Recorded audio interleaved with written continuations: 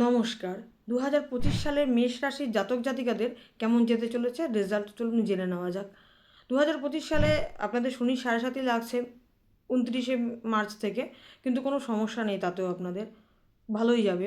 এটা মঙ্গলের বছর, খুব ভালো যাবে, কারণ হচ্ছে টাকা পয়সা ইনকামের সোর্স আপনি চতুর্দিক থেকে খুলে যাবে বা পাবেনও, তাই কোনো সমস্যা নেই, কারণ বৃহস্পতির শুভদৃষ্টি আপনার ইনকাম সোর্সেই পড়বে। যদিও 14ই মের পর থেকে শনিদেব লৌহ পায়াতে আসছে, তাই কিছুটা নেগেটিভ প্রভাব দেখা যাবে অবশ্যই। তবে 29শে মের পর থেকে সবটা কেটে যাবে, কারণ রাহু 29শে মের পর থেকে আপনার ইনকাম হাউসে থাকবে।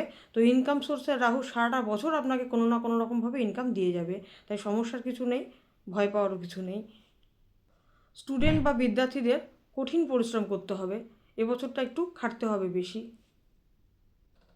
যাদের বিবাহর কথা চলছে এবছর পরিপূর্ণ হবে, এবং প্রাথমিক অবস্থায় শুক্র ও রাহু একসাথে জুটি হয়ে থাকছে বলে একটু সমস্যা দেবে বিবাহিতদের।